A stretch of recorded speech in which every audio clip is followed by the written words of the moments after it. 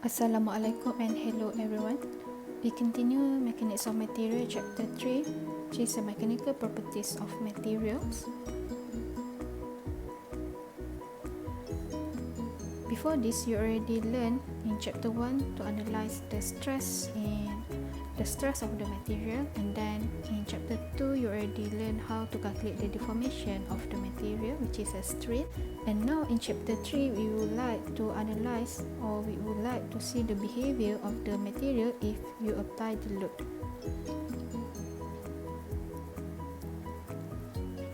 Let's take a look at the learning outcome. By the end of this chapter, you should be able to understand the concept of tension and compression test, explain the relationship between stress-strain diagram under tensile test, identify the mechanical properties of materials by using the concept of stress-strain diagram, explain the stress-strain behavior of ductile and brittle materials, explain the concept of Hooke's law, and apply to calculate the modulus of elasticity, apply the Poisson ratio formula to calculate Poisson ratio, and explain the relationship between stress-shear strain diagram, and apply to calculate modulus of rigidity. Here you can see that you would like to analyze the relationship between stress and strain. Stress you already learned in Chapter 1, strain you already learned in Chapter 2, and what are the relationship between these two stresses. And when you perform a test, which is here is stated a tensile test, then you can see the relationship between stress and strain. From this relationship, you will get the modulus of elasticity, and by the stress and shear strain diagram, you will get modulus of rigidity, as well as you will learn about the Hooke's law. As for introduction, the strength of a material depends on its ability to sustain a load. This property is determined by experiment. The most important tests to perform in this regard are the tension and compression tests. Examples of the materials are steel, aluminium, wood, and also a plastic. As I mentioned many times, in mechanics of material, we would like to see or to analyze the behavior of the material when we apply a load. So how does it behave when we apply the load? And this can be determined by experiment. And in this chapter, we would like to see how does material behave when we perform a tension test and also a compression test.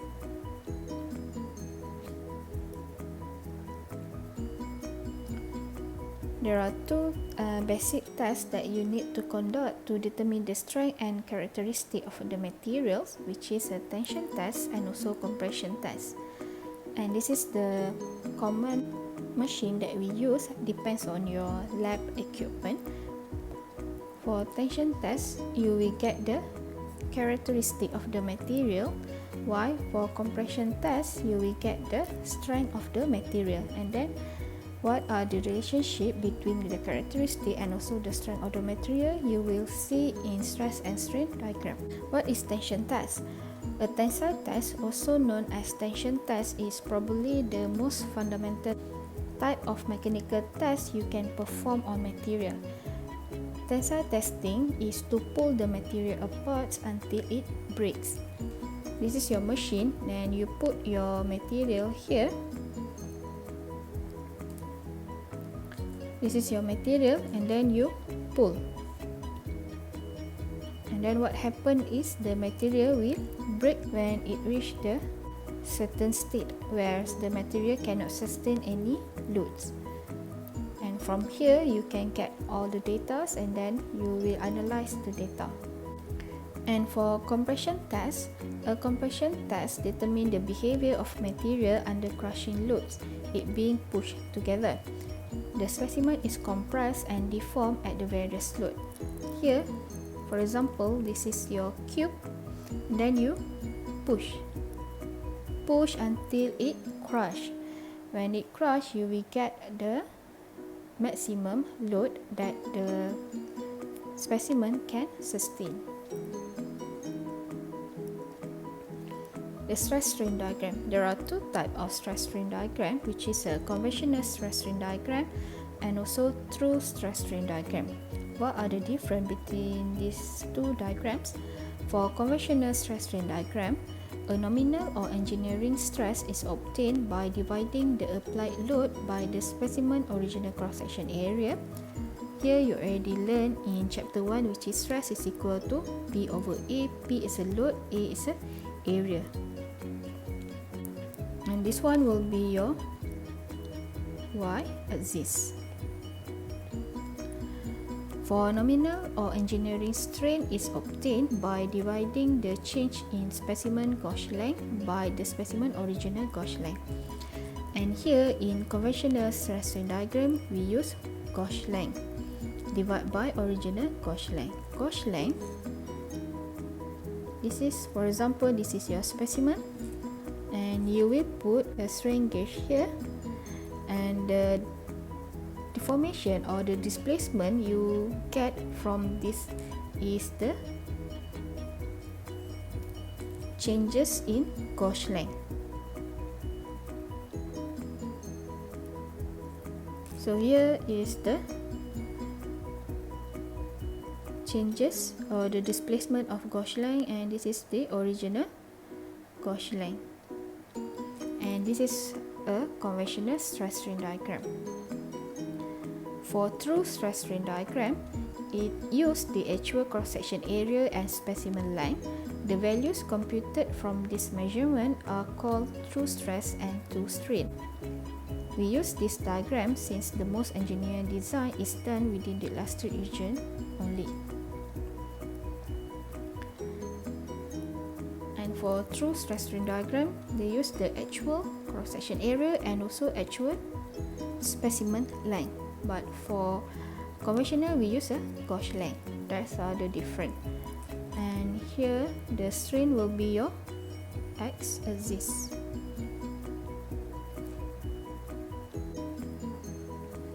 This is a typical type of stress strain diagram.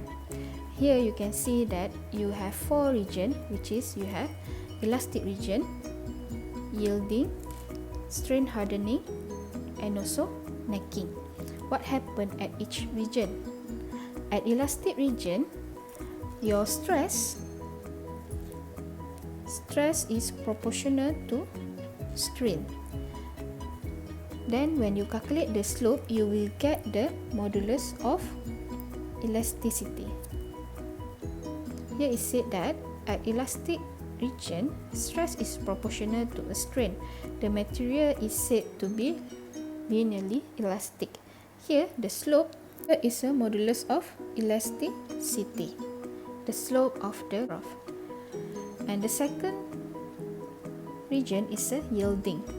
Here at the yielding, if your material pass until this region, your material is said to be deformed permanently. Means that when you apply the load, it goes until yielding, and then you unload it. What happens if you unload it? Then your material will not get back to its original dimension or original shape, because it is said here at yielding, your material is permanently deformed. After yielding is a strain hardening region. What happened at strain hardening region? At strain hardening region, you will get the ultimate stress, which is the highest point of the graph. And here is your ultimate stress, sigma ULT, ultimate. And the last region is a necking. Here at necking, your material will begin localize and the specimen will break, and you will get a fracture stress here. Fracture or rupture. Here at this region, your material will break into two pieces. Please remember that in stress strain diagram, you have four regions, which is elastic region, yielding region, strain hardening region, and also necking. At elastic region, the stress is proportional to a strain, and the slope you will get is a modulus of elasticity. And then at yielding region, your material will permanently deform. At strain hardening, you will get the ultimate stress, and at necking, you will get the fracture stress. This is the detailed explanation on the stress strain diagram, so you can read it. It is same as what I already explained. And when you get the data from your experimental test, and then you need to analyze and then you plot the data. When you plot, you will see that the first 6 to 7 value is close to 0. So when it is close to 0, you cannot calculate the slope of the graph. Why we need the slope of the graph? Because we need the modulus of elasticity value. So how to do that? We exaggerate the strain scale. When you exaggerate the strain scale, here you can get the modulus of elasticity. If you did not exaggerate the strain scale, you cannot calculate the modulus of elasticity. As mentioned in learning outcome, there are two types of materials, which is ductile materials and brittle materials. What are the difference between these two materials? For ductile materials, material that can subjected to large strain before it ruptures is called a ductile material. Engineers choose ductile materials for design because these materials are capable of absorbing shock, and if overloaded, it will exhibit large deformation before fill. Ductility defined as the material's capacity for plastic deformation. An example of this ductile material are copper, aluminium, and also steel. Here is stated that for ductile material, it can sustain large strain before it's filled. It means that the material has longer time before it's filled. And it also can absorb shock. This is an example of ductile material. So you have a low steel and also aluminium alloy. Even though both are ductile material, but the behavior of the material is different because it is made from different materials. The value are plus minus almost same, which is the ultimate load. You can see here ultimate load same, but the behavior or the pattern of the graph is different, depends on the material. The ductility of material can be reported in percent of elongation or reduction in area at the time of fracture. So the percentage of elongation is equal to final length minus original length, which is the gauge length. We use a conventional stress strain diagram, divide by original gauge length times 100. So you will get the percentage. And for the percentage reduction area, the original area minus final area divided by original times 100. The other material contrast with ductile material is a brittle materials. Brittle material exhibit little or no yielding before it's filled. An example, the cast iron and concrete. Therefore, concrete beams, slabs, columns are reinforced with steel as they can bear those tensile forces easily and hence prevent the section from cracks. For brittle material, it has little or no yielding before it's failed, means that you will have a sudden failure. So that's why in construction site you can see that when we construct a beam, a slab or a column or any other structure, we cast a concrete together with a steel. Why? Because steel can absorb more shock and it will exhibit large strain before it's failed. Means that when the building are subjected to the excessive load, it will collapse. So the people in the building have some time to escape the building. What happens if you just use concrete? When you have excessive load, you will have a sudden failure. What happened to the human inside the building? They will die by the collapse of the building. This is an example of brittle material. Once you apply the load, it will have a sudden rupture. This is a comparison between stress-strain behavior of the material. For brittle material, you will have little or no yielding, and for ductile material, you will have a large strain before it's fail. Hooke's law. As in elastic region, you can, as I mentioned, stress is proportional to a strain. The Hooke's law defines the linear relationship between stress-strain, and the coefficient for this relationship is modulus of elasticity, which is the slope of the graph. E can be used only if material has elastic linear behavior. Means that when you have a slope or the material are in elastic region, you can calculate the modulus of elasticity. This was defined by Hooke's law. Strain hardening. When a ductile material is loaded into the plastic region and unloaded, elastic strain is recovered. The plastic strain remains and material is subjected to a permanent set. The modulus of elasticity is same, therefore the slope are same. For example, this is your material, then you give a load and then suddenly you unload, but the material is still in the elastic region, so your material will get back into its original shape or original dimension.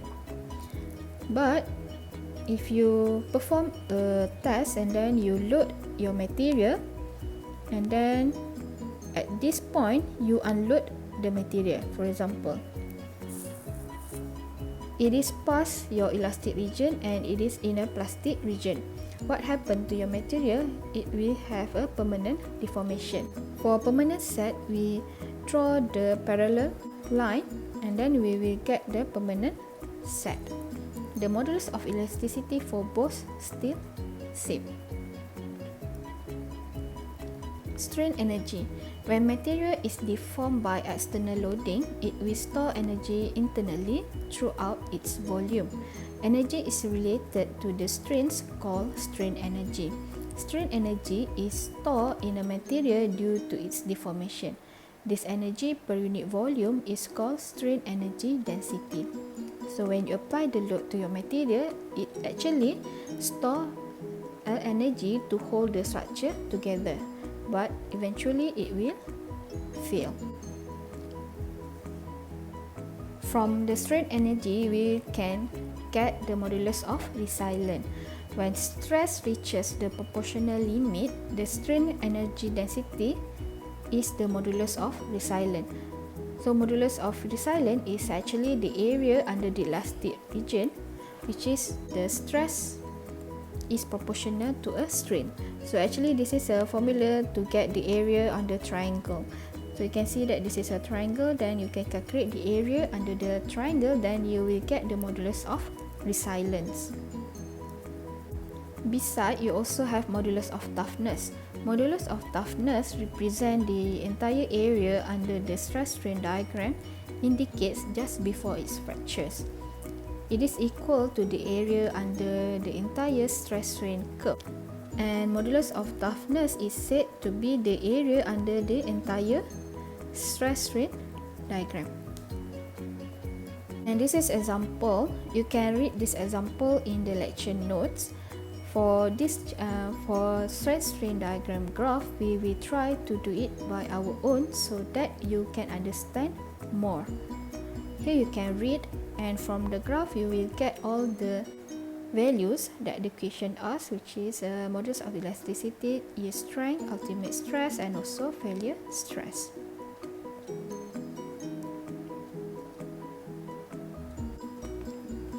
Poisson ratio. Poisson ratio, the symbol is italic V, is a measure of the lateral strain of a homogeneous and isotropic material versus its longitudinal strain. These strains are generally of opposite signs, that is, if one is elongates, the other one will become contraction. For example, you pull the material, what happened to this material? It will elongates. When it elongates, the dimension of the material become elongates. Here it will elongates. What happened to the diameter of this material? It become shortened. This one we call it as a lateral. You can see that in this figure, one is elongates, the other one is become contraction. The elongates we call it as a longitudinal strain, while the change in dimension here we call it as a lateral strain. The Poisson ratio states that in elastic range, the ratio of these strains is a constant since the deformations are proportional. By that, the Poisson ratio is equal to negative lateral strain divided by longitudinal strain. Why it is negative? Because one is elongate, which is positive, one is shortened or contraction, and that's why the formula is negative. This is the strain formula, which is the strain is equal to the displacement divided by original dimension. So what I mentioned, the negative sign, since one is longitudinal elongation, which is positive, and lateral contraction is in negative. Let's take a look at this example. A bar made of A36 steel has the dimensions shown. If an axial force is applied to the bar, determine the change in its length and change in its dimension. After applying the load, the material is said to behave elastically. It mentioned here A36. When you have this type of material, there is a table of properties of the materials. Here in the table, you will have the modulus of elasticity value and also a Poisson ratio value. A36 E modulus of elasticity is equal to 200 gigapascal. This is from the table, and your Poisson ratio is equal to 0.32. Then you have P here. The original length is 1.5 meter. The original dimension is 100 times 50 millimeters. The question asks you to calculate the change in length and also change in dimension. Change in length and also change in dimension.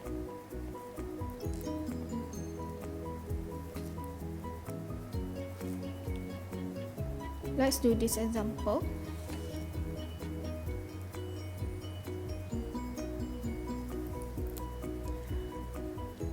First, the equation gave you a P. P is equal to 80 kilonewton.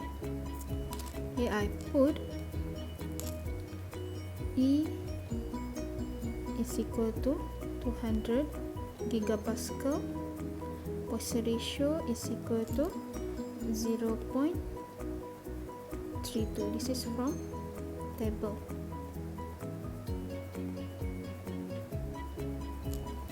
And then you have P is equal to 80 kilonewton. The length, original length, is equal to 1.5 meter, and the original dimension is 50 times 100. You already have P. Now we calculate stress. Stress is equal to P divided by A. P is equal to 80 times 10 power of 3. Your area is equal to 0.1 times 0.05. And then your P is equal to 16 megapascal. You will get Newton over meter square, and it is time 10 power of 6. So power of 6 is mega. And now from Hooke's law,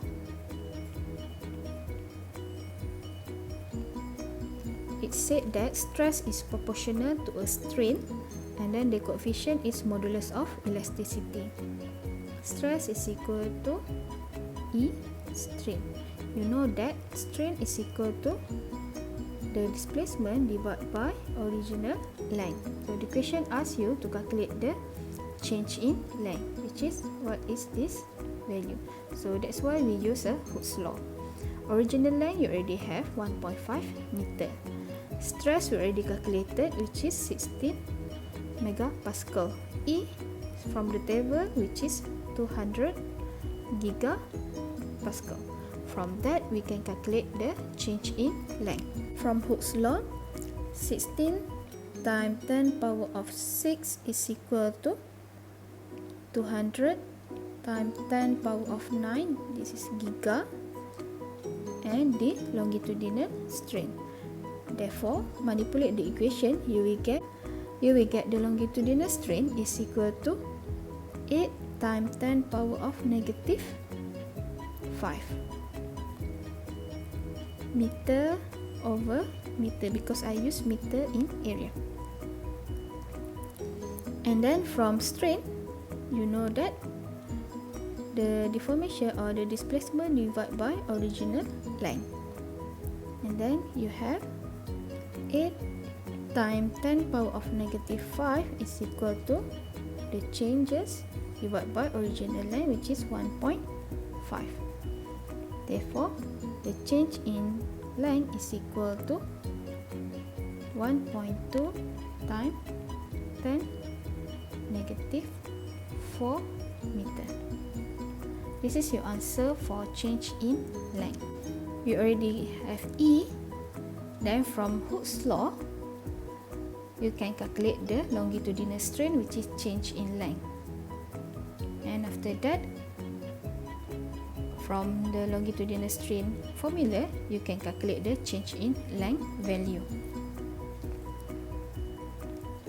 And the next question is for you to calculate the change in dimension.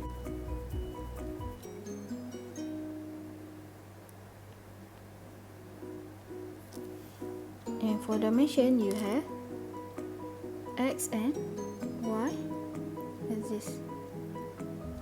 So change in dimension, you need to calculate the change in X axis and also the change in Y axis.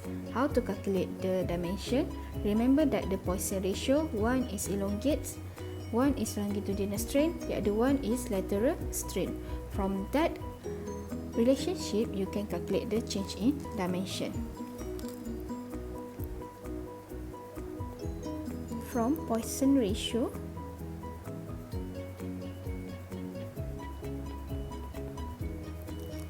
Poisson ratio is equal to negative lateral strain divided by longitudinal strain.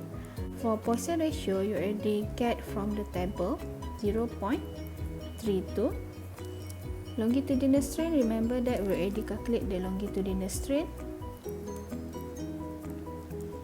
which is 8 times 10 power of negative 5 meter over meter. Then you can calculate for lateral strain. Therefore, lateral strain is equal to negative 2.56 times 10 negative 5 meter over meter. Then we have change in length for X axis, which is the original dimension is equal to 100.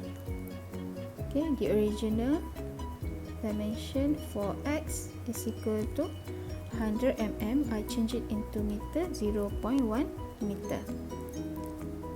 And then lateral strain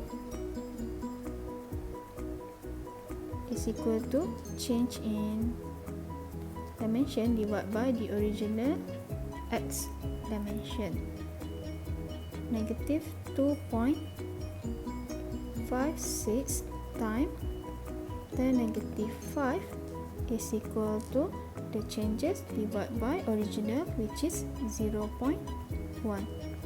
Therefore, the changes in dimension is equal to negative 2.56 times 10 negative 6 meter. This is for x-axis.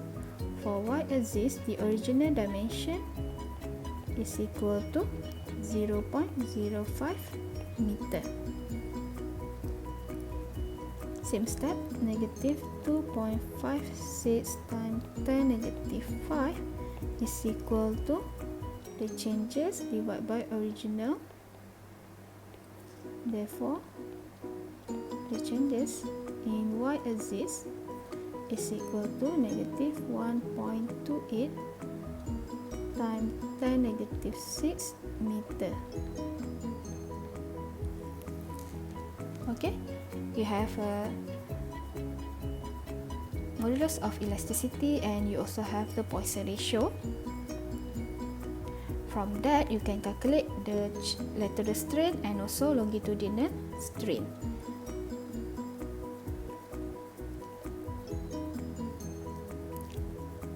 Please try this example.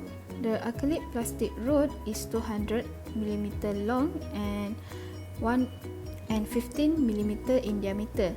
If an axial load of 300 Newton is applied, determine the change in its length and change in its diameter, given that E is equal to 2.7 gigapascal and Poisson ratio is equal to 0.4. Here is a rod. Remember that the rod, this is your rod, and the area is pi d square over 4. And same steps by using modulus of elasticity and Poisson ratio, you can calculate the change in length and also change in diameter. Please try this one. Then you will get the answer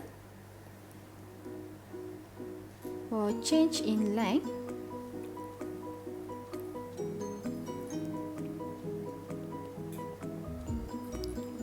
Change in length is equal to 1.258 times 10 negative 4 meter. I like to use meter. If you like to use millimeter, then it's up to you. And then change in diameter is equal to 3.774 times 10 negative 6 meter. This is the answer for both questions. Please try by using the same steps as before. Let's take a look at this example. A bar having a length of 125 mm and cross-section area of 437.5 mm square is subjected to an axial force of 40 kN. If the bar stretches 0.05 mm, determine the modulus of elasticity of the material. Material has a linear elastic behavior. So now you need to calculate for modulus of elasticity. They give you P. P is equal to 40 kN and the original length, and also it is stretches, which is the changes length, and the area also is given. For area is equal to 437.5 mm square, and then I would like to use in meter, so I will convert it into meter. I will get 47.5 times 10 power of negative 6 meter square. Now let's calculate the modulus of elasticity. By Hooke's law, you know that stress is proportional to a strain and the coefficient is modulus of elasticity. Now first you calculate the stress. Stress is equal to P over A, and then the P is equal to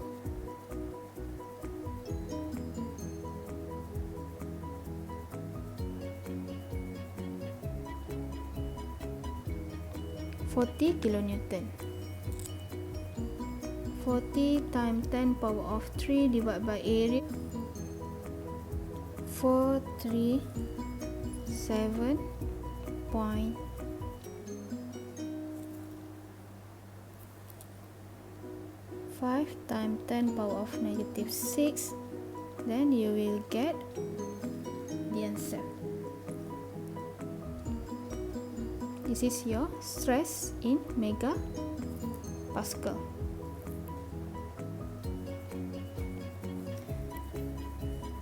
And after that, you can calculate for longitudinal strain, which is the strain is equal to the changes or the deformation, the displacement divided by original length, equal to 0.05 millimeters divided by 125 millimeters. Since this is a ratio, so you can convert it into meter, or you can just stay in the same unit.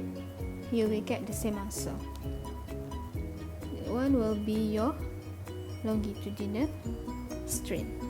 And then manipulate this equation by substitute the stress is equal to modulus of elasticity divided by strain.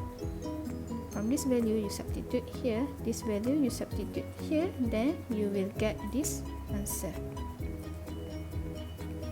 in gigapascal, the unit time 10 power of 9. Please try this one. And also you can try this one. An 8 mm diameter brass rod has a modulus of elasticity of 100 gigapascal if it is 3 meter long and subjected to an axial load of 2 kilonewton. Determine its elongation. And then the second question, this is question B and this is A. What is its elongation under the same load if its diameter changed to 6 mm? First, it is 8 mm diameters, and then you have to calculate the elongation. And the second question, the diameter is changed into 6 mm, but all the properties are same. So please try this one by using Hooke's law. Hooke's law said that stress is proportional to a strain and the coefficient is modulus of elasticity. Then you have 2 kilonewton, then you can calculate the stress. E given 100 gigapascal, and from here you can calculate the elongation because the original length you have, which is 3 meter. And also try this exercise. The elastic portion of the stress strain diagram for an aluminium alloy is shown in the figure. The specimen from which it was obtained has an original diameter of 12.7 mm and a gauge length of 50.8 mm. A. When the applied load on the specimen is 50 kN, the diameter is 12.67494 mm. Determine the Poisson ratio of the materials. And B. If a load of P is equal to 6 kN is applied to the specimen, determine the new diameter and length. Take the Poisson ratio is equal to 0.35. The question gives you a simple graph. From here, you can calculate the modulus of elasticity. From modulus of elasticity, you have a Hooke's law, which is stress is equal to E times strain. The stress you can calculate from 50 kN. Longitudinal strain, you have a 50.8, which is the original length, and then this is the changes of your length, of your gauge length, and from that you can calculate the longitudinal strain. And after that, you have a original diameter and final diameter. From here, you can calculate the lateral strain. And to calculate the Poisson ratio is equal to negative lateral strain divided by longitudinal strain. Then you will get the Poisson ratio value. And from B, and for B question, they gave you a new load which is 60 kN, but the modulus of elasticity is same. And then you have to calculate the new diameter and also new length with the new Poisson ratio, which is 0.35. B question is just like the previous example, so please try this example. Before this, we already learned about the stress and strain diagram, which is a normal stress and normal strain. Now is shear stress and shear strain diagram. For shear stress and shear strain diagram, a pure shear, which is equilibrium, requires equal shear stresses on each face of the element. When material is homogeneous and isotropic, shear stress will distort the element uniformly. Then you will get this shear stress and strain diagram. Most engineering materials, the elastic behavior is linear, so Hooke's law for shear stress is the relationship between shear stress and shear strain. You will get the modulus of rigidity. G is the modulus of rigidity.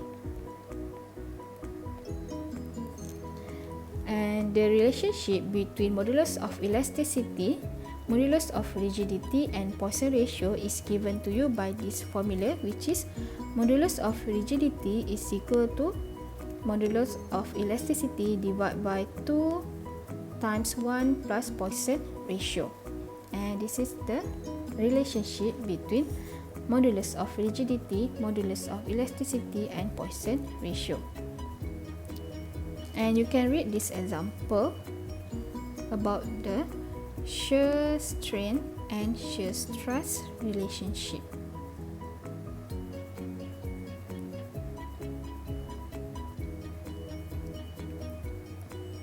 And the slope is a G, which is a modulus of rigidity.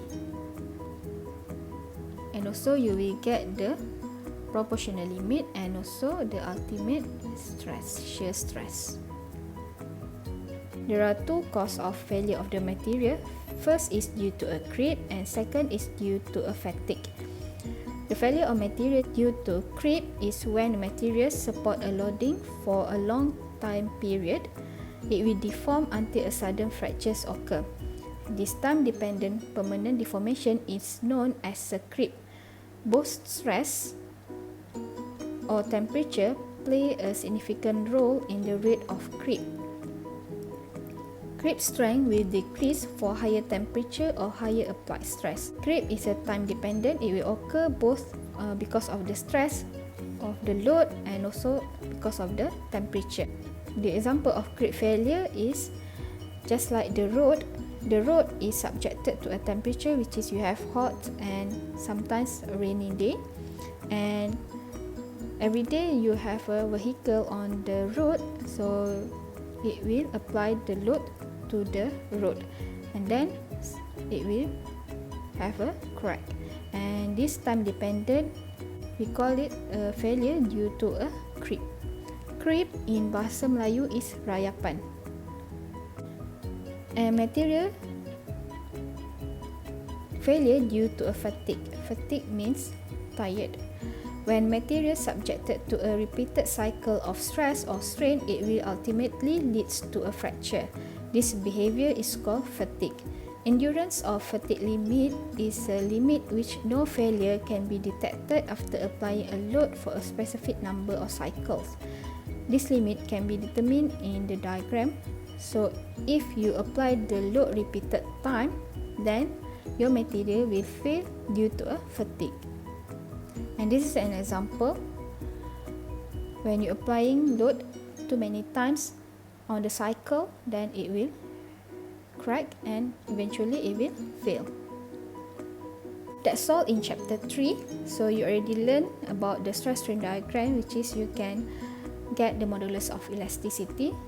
Please remember that you have 4 regions in stress strain diagram. You also have Hooke's law. Hooke's law said that stress is proportional to a strain and the coefficient is modulus of elasticity.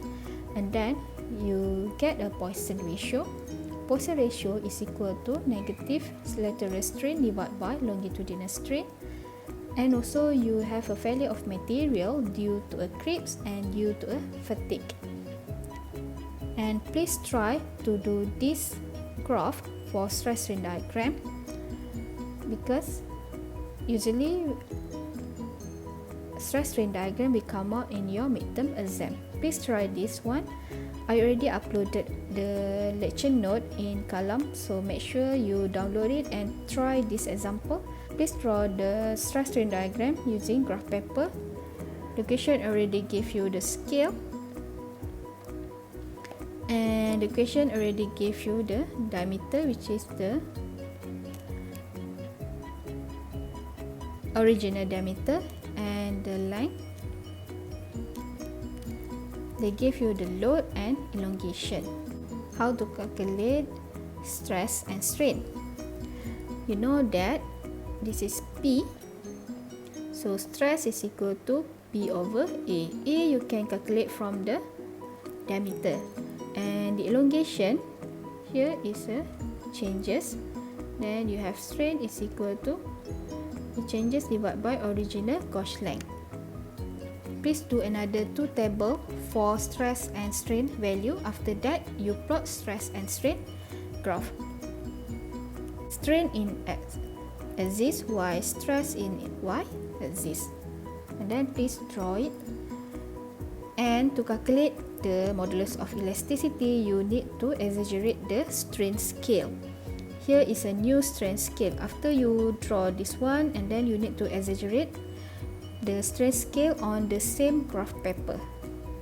Okay, then you can calculate the modulus of elasticity. Please try this one. We will discuss later on Friday class. And you also can try this one. This is the past year examination question for midterm exam. So I hope that you try this example too. By that, thank you class.